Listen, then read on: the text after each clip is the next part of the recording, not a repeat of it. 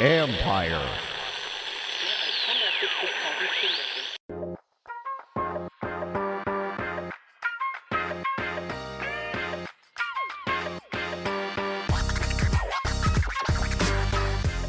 Welcome to Inside the Cap. I'm your host, Joel Corey. You can find me on Twitter at CoreyJoel. That's CorryJoel. And also read my regular CBSSports.com column, Agents Take on NFL Salary Cap and Contract Matters. This week we're going to take a look at two things. Kyler Murray's unique contract clause that was removed, and also new developments in the receiver market and how they're going to impact future developments. First, Kyler Murray made news for his huge contract, 5-year extension, $230.5 million over 5 years, and averages $46.1 million per year in new money.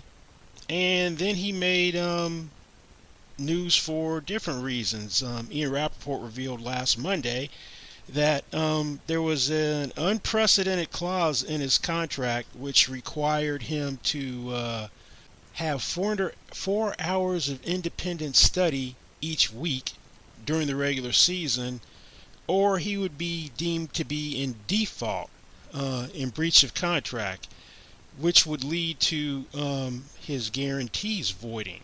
Now, I have never seen a clause like this in an NFL contract before, where a player's would be considered in default if he didn't engage in 4 hours of study on his own time. Now, there are a couple of unique things in the contract, or interesting things, which you typically don't see in any contract aside from the independent study clause. One, quarterback contracts typically don't have big per game roster bonuses. In all the new years, Murray had $50,000 per game active in his per game roster bonuses. So that's $850,000 a year tied to him staying healthy. And then the workout bonuses were the largest I've ever seen. That it was like $9.315 million of workout bonuses in his contract. $1 million and was the smallest in the new years, and it got up to as much as $1,857,500 in the new years. Now, the default language contained a couple of interesting things as well to me, which weren't in his rookie contract. Not surprisingly, there was a baseball clause preventing him from participating in any type of baseball-related activity, which says, including without limitation, a tryout, workout, practice, scrimmage, exhibition, or game for any team in any baseball league. So I remember Russell Wilson previously, when he was the Seahawks, had some workouts with the Rangers, including without limitation a workout. That's out. Makes more sense for Kyler than it did Russell Wilson. Russell Wilson did play minor league baseball for a couple of years, but wasn't the 9th overall pick in the draft. And as we all should remember, Kyler Murray was headed to be a baseball player in the A's organization, might be in the majors right now, had the A's not agreed to let him play one final year of football at Oklahoma when he won the Heisman. Here's one that caught my attention. That player is fined by club by conduct detrimental to the NFL and or club, provided the player has been given a written warning prior to such fine. Suspensions, which are in there, usually puts the player in breach of contract. The fines weren't in Kyler's rookie contract, and fines typically aren't considered a trigger to breach. That was the problem with the Cowboys, that all Cowboys except Dak have fines triggering a player being in breach. That's why Randy Gregory ended up as a Denver Bronco, objected to that language even though he'd signed it in the last contract. But that's highly unusual for fines to trigger a player being in breach. So he would be in default of his contract at that point. And when you are in default, the consequence is any remaining guarantees become null and void. And player can still make the money on a non-guaranteed basis, but it makes it a whole lot easier for the club to get rid of the player. So let's say Murray had breached the independent study clause early this year. Then it could have been as much as $196.465 million of guarantees, which are now gone. If it happened after this year, once the option bonus was paid, then we're talking significantly less money at that time, because after the option bonus is paid, and he's got I think a $36 million option bonus. If he gets by this year, then you're talking it go down to 94 point. No, not that little. 94.965 plus 29.5. Then we're talking 124.465 million of guarantees. And why I say that is you've got the Josh Allen, Patrick Mahomes guarantees in there, where you've got 19.5 million. I think it's 2027 guarantee, which is totally unsecured right now, becomes guaranteed in 2026. I mean 19.5. And then you got 10 million in the prior year, which is completely unsecured, that becomes guaranteed a year earlier. So there was a lot that at risk. That was at risk. That clause was so unprecedented that because of the backlash, first to both Murray and the Cardinals, it ended up getting removed from the contract on Thursday. And the Cardinals issued a statement. So this may have been a case where team outsmarted itself. After seeing the distraction it created, removed the addendum from the contract. It was clearly perceived in ways that were never intended. Our confidence in Murray is as high as it's ever been, and nothing demonstrates our belief in his ability to lead his team more than the commitment reflected in this contract. Well, first thing is, one, if you're even contemplating the fact that you needed a clause, why were you paying Kyler Murray with 2 years left on his rookie contract?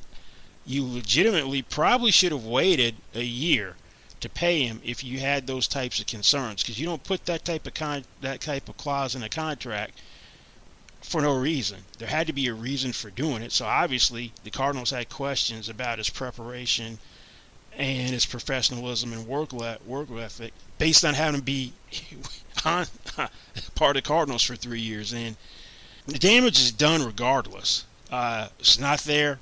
The perception that Murray doesn't prepare the way he should is out there, just for having the clause in there. And part of that is his own doing, because he kind of told on himself last year in a New York Times article profile late in the season last December. He said he doesn't sit there for 24 hours, break down this team and watch every game, because in my head I see so much. Well, you got some players who study 4 hours a day. How hard would it have been? It's out now, but still. First time that let's say Kyler Murray plays like he did in the Rams playoff game. What's the first thing people are going to think? Well, was he prepared for the game? Or was it, or he won't get the benefit of the doubt that it was just a bad game. They're going to think, well, did he not prepare to know what was coming at him, and that's why he performed poorly? So the damage has already been done. And so Cardinals look bad from the standpoint, why'd you even pay the guy if you had to felt the need to put this clause in? Now you take it out. I don't know if you look worse for putting it in, for worse for then taking it out.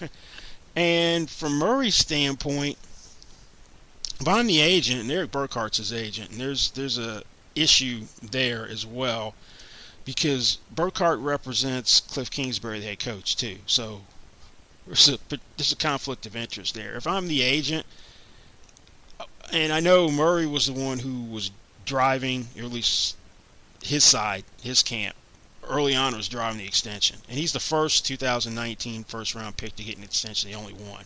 And they're normally about 3 a year that get them, and he's only one so far.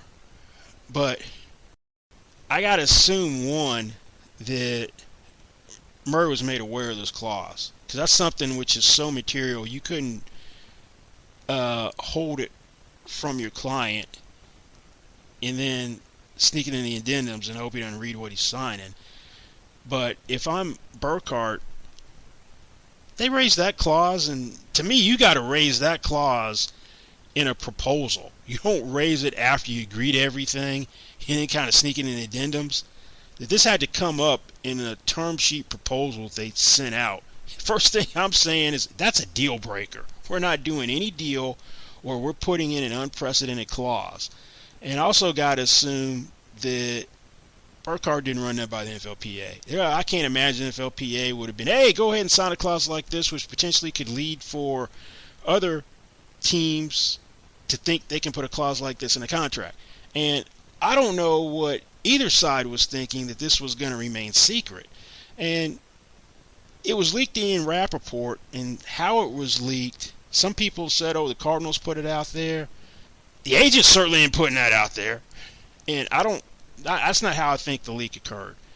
I think the leak occurred because the NFL Management Council, NFL teams have a database where club personnel can look at contracts as soon as they're filed with the league. They get uploaded.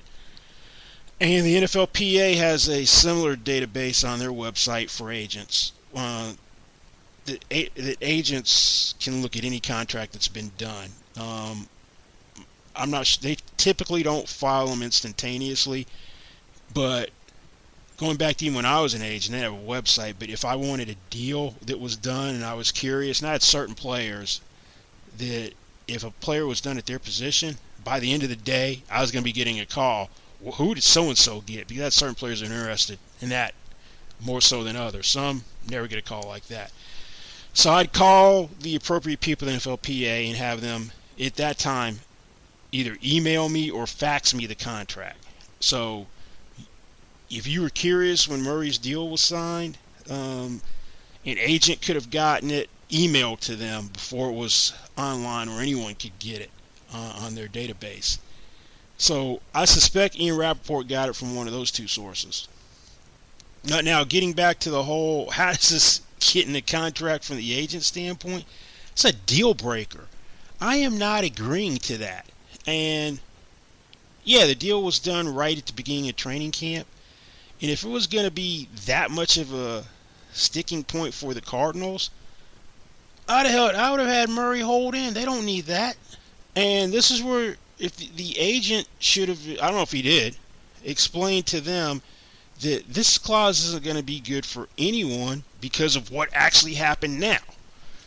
That it got out, and it's made Murray look bad. It's made the team look bad. And if you had to, you could have gone through Kingsbury, since you represent both, have Kingsbury do your bidding to management and go, hey, I don't know if we should have this clause in here, and tell them why it didn't need to be in there. And that may have been your best chance to relent outside, getting them to relent outside of having a hold-in. And if someone asked what the hold-in was about, you could have gone there asking me to sign some clause that's unprecedented in NFL contracts, and we find it insulting. So Murray ended up having this press conference after there's a backlash towards him, and more his was related to him. The team had a backlash where he was kind of defensive, found it disrespectful that the clause was in there, and anyone would actually question that he wasn't a student of the game. Well, as I said earlier, there's a reason for that clause being in there. It's now out, but perception is reality, and you can't put the genie back in the bottle from this standpoint. But I don't think you're going to see another team trying to put a clause like this in the contract after seeing all the backlash to this one and the fallout and it coming out. But This thing had to have been explained to Murray. I got to imagine that Burkhardt told Murray, here's what it is. Are you comfortable having it in? And then I don't know if he minimized it or not, but it should have been a big red flag. The agent works for the player, not the other way around. But if he explained the ramifications appropriately, that you're going to get a lot of flack for this, here's the connotations for having this clause in. He told Murray that, and it was still in, then, hey, that would be on Murray. But with Murray's indignation of the press conference, maybe it wasn't properly explained. I don't know.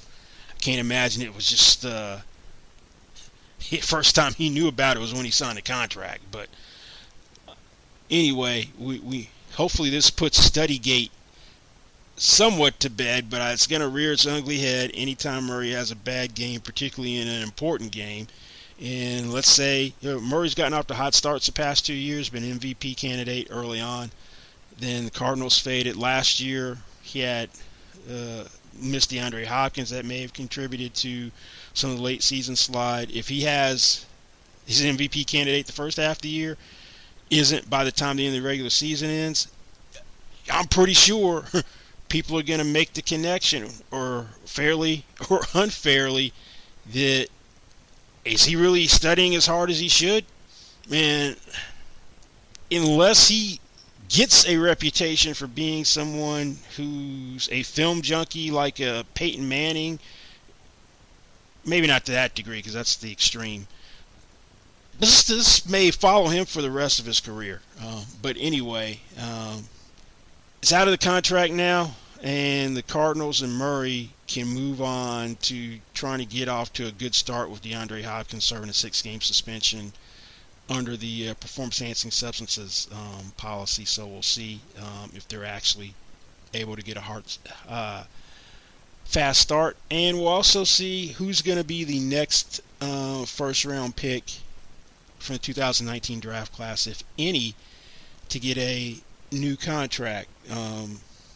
The Lions did Frank Ragnow early last year. T.J. Hawkinson is eligible. Should be an easy deal to do if the Lions decide to do it because the tight end market is well defined. The Niners are proactive, but they've kind of indicated that Nick Bosa may be a next year guy as opposed to a this year guy. So it may just be Murray as the only 2019 first round pick this year to get an extension and not have to play under the fourth year of a rookie contract.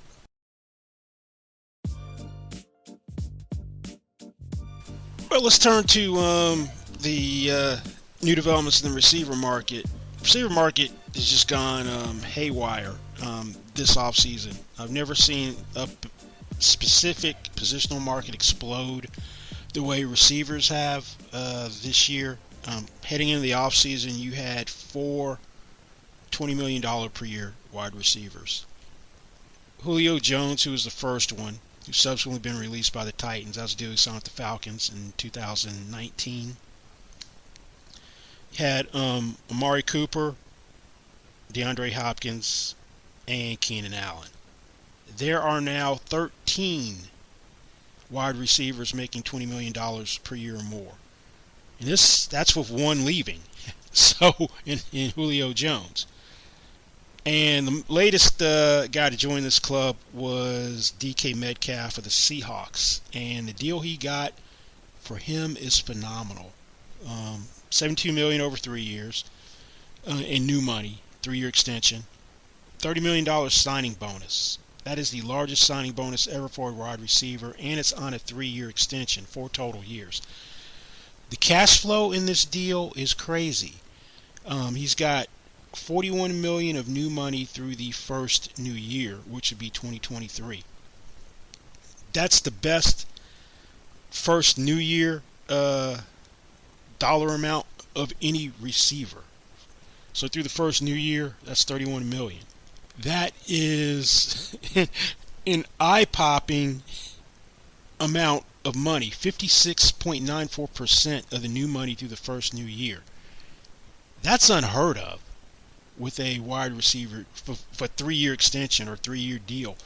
If you can get more than 40% of the new money through the first new year or the first year of a new deal if you had a contract that expired. That's considered great. After year two, he's at 54 million, 27 million a year. That's 75% of the new money through 2 years. Target rate range is if you can get over 70 of the percent of the new money after the second new year, you've done your job as an agent. Metcalf is 24, doesn't turn 25 until middle of December. So he's done this right from the standpoint that we expect the cap is going to explode once we paid back all the money that was borrowed to keep the cap from dropping last year because of the pandemic COVID year in 2020 when there's no local revenue. Next year, there'll still be some paying back of that money.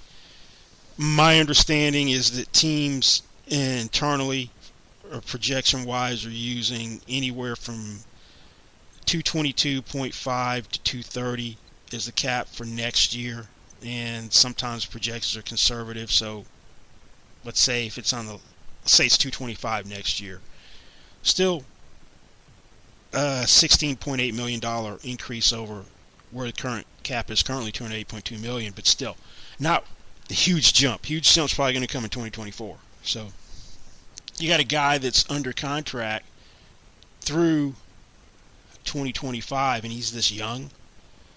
So in 2025, when he's heading into his contract year, he may get another extension playing 2 years of this deal when he's 27. So that's what you want to do, set yourself up for when, if you're a guy who's got a contract up, you want to try to set yourself up to get another bite of the apple. Metcalf is going to do that because of the length of contract and his age. His cap number this year was $4,324,827. Signing bonus $30 million. I'm assuming there's not a voiding dummy year when I'm figuring out the cap ramifications. So that $30 million signing bonus gets prorated on the cap, $7.5 million per year, 2022 through 2025. So his cap number, his base salary dropped to $1 million. It was $3.986 million because of earning the proven performance escalator in the fourth year for second through seventh round picks, and it elevated to the second round tender because he wasn't a about Pro Bowler. So his base salary's dropping $2.986 million in this deal. You add on the $7.5 million signing bonus, and there was $338,827 of existing signing bonus proration. So his cap number now in 2022 is $8,838,827. So $4.514 million cap increase in 2022. The last two deals get done. Terry McLaurin, $69.6 million over 3 years. Averages $23.2 million per year on a 3-year extension. And A.J. Brown before that, $100 million over 4 years. Draft day trade in the middle of the first round of Philly. Debo is at 72 over 3. There's a big last year in A.J. Brown's deal of $31 million. So he's at $69 million of new money over 3 years. So DJ has $3 million more through his deal than A.J. Brown has his first 3 new years. He's up, whereas A.J.'s got another year to play as well. Phenomenal deal. $58.2 million overall guarantees. There's just 31 fully guaranteed at signing because of the way Seattle does their deals. That they don't fully guarantee the second year at signing.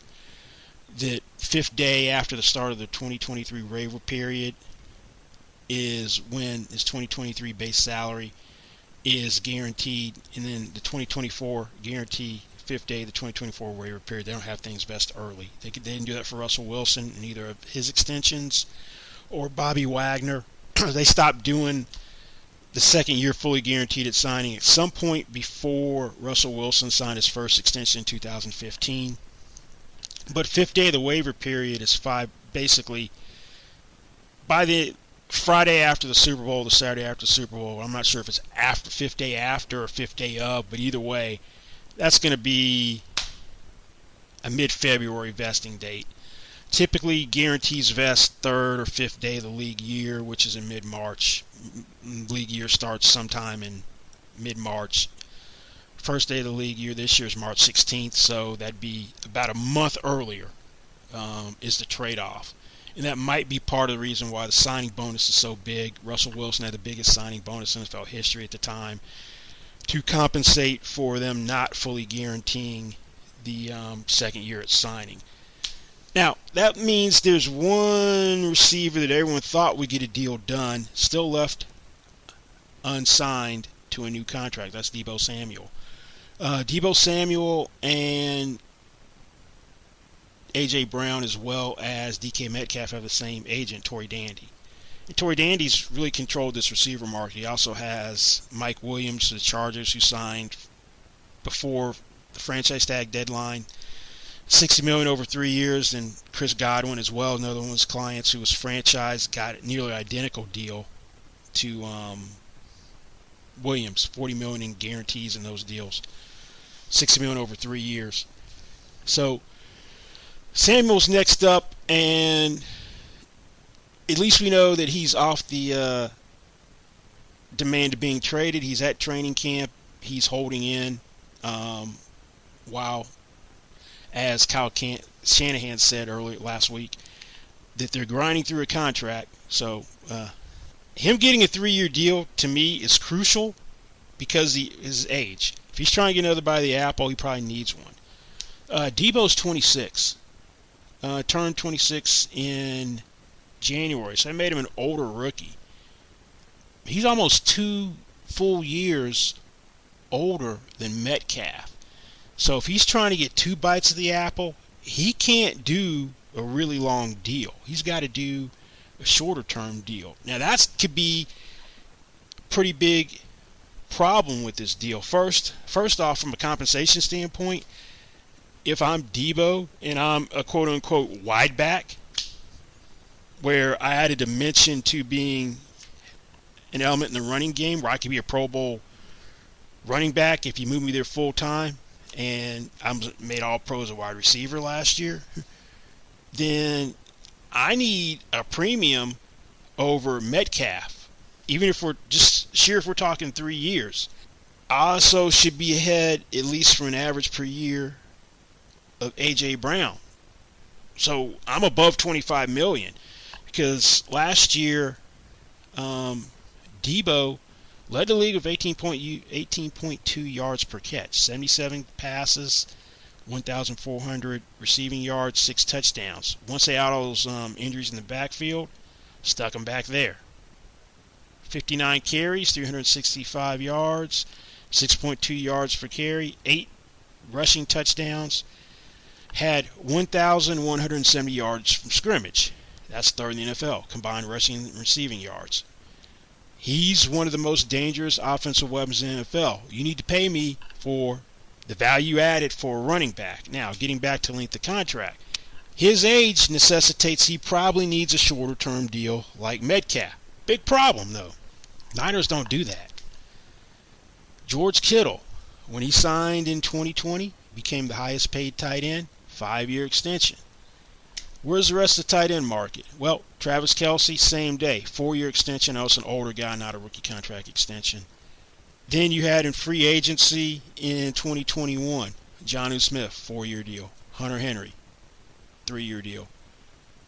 Mark Andrews last year, 4-year extension. Dallas Goedert, middle of the season, 4-year extension. These are the top highest paid tight ends. David Njoku, franchised this year, 4-year extension. So Kittle's the anomaly, 5 years. When they signed Trent Williams as a free agent, 6-year deal. It's a 3-year deal, plus there's an option really to pick up the other 3 years. Offensive lineman can play forever, and he's the best offensive tackle, I should say, in football. He's 34 right now, so there's some debate how long he'd play, but nonetheless, under contract through 6 years. For 6 years. Fred Warner, last June. Bobby Wagner was the highest paid off-ball linebacker at the time on a 3-year extension. Niners got 5 years from Fred Warner. So Niners do longer contracts. It may be easier to figure out the money. It may be to get the length of contract. And I know, so that's something to keep an eye on. Maybe the compromise is 4. But Debo shouldn't be doing a 5 if he wants to get another bite of the apple. He's 26 right now. So he'd be first new year 27, 28, 29, 30. He'd be 31 going into his contract year if he did a 5-year extension. I don't know if I would want a receiver coming up trying to get another deal at 31. Devonte Adams this year is on his 3rd deal. He turns 30 in December. Tyreek Hill did a 3-year deal, and that's what set him up for another deal. There were concerns about him off the field at the time, shorter term. He's 28. So Debo's going to be older than anybody else anyway. So maybe the compromise is 4. So ideally 3, but 4. Now, one last issue on Debo. Some people think that Jimmy Garoppolo still being on the roster impacts whether you could get a deal done. If you look at what they did with Fred Warner, that's not the case. Fred Warner's cap number did not change from what it was for the final year of his rookie contract to what it ended up being with the extension, which made him the highest paid off-ball linebacker until, I guess, Shaquille Leonard, since he didn't go by Darius anymore, topped him. So Debo's got a cap number of $4,870,519.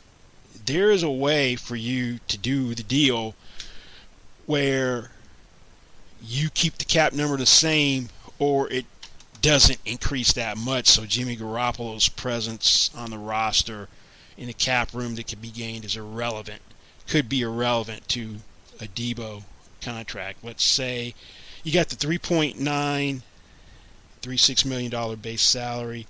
He's got a $965 minimum.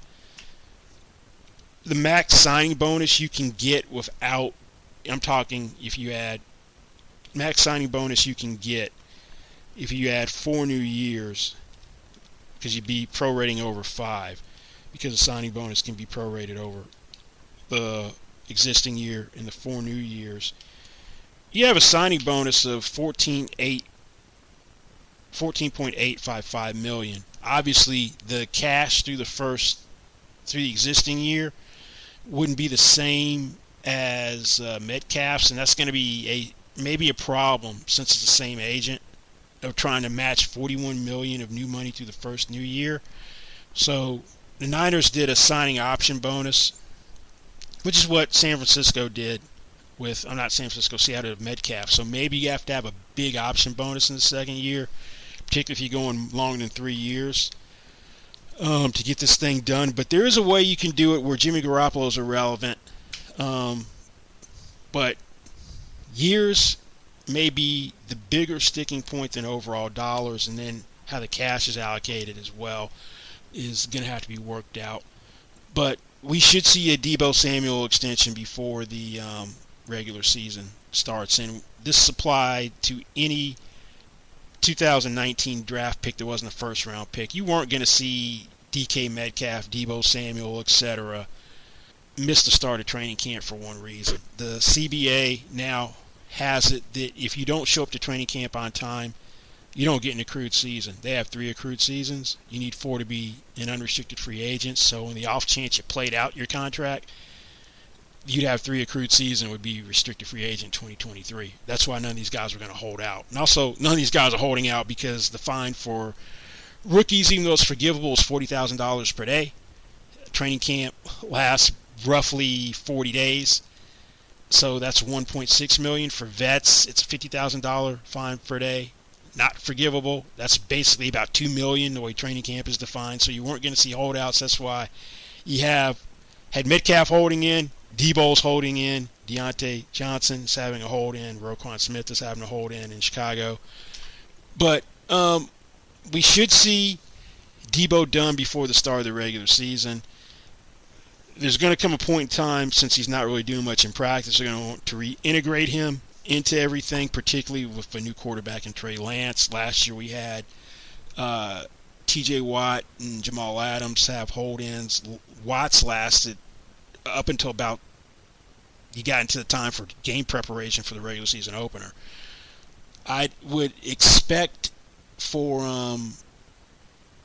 Debo to be done on a quicker timetable than that. We'll see whether it's going to be this week, next week, or what the timetable is, but he should be playing on a new deal before the season starts. But that's going to be it for this week's Inside the Cap. Thanks for listening. Don't forget you can find me on Twitter at Corey Joel, CORRYJOEL, and also read my regular CBSSports.com column, Agents Take. Goodbye, and we'll see you back here next time.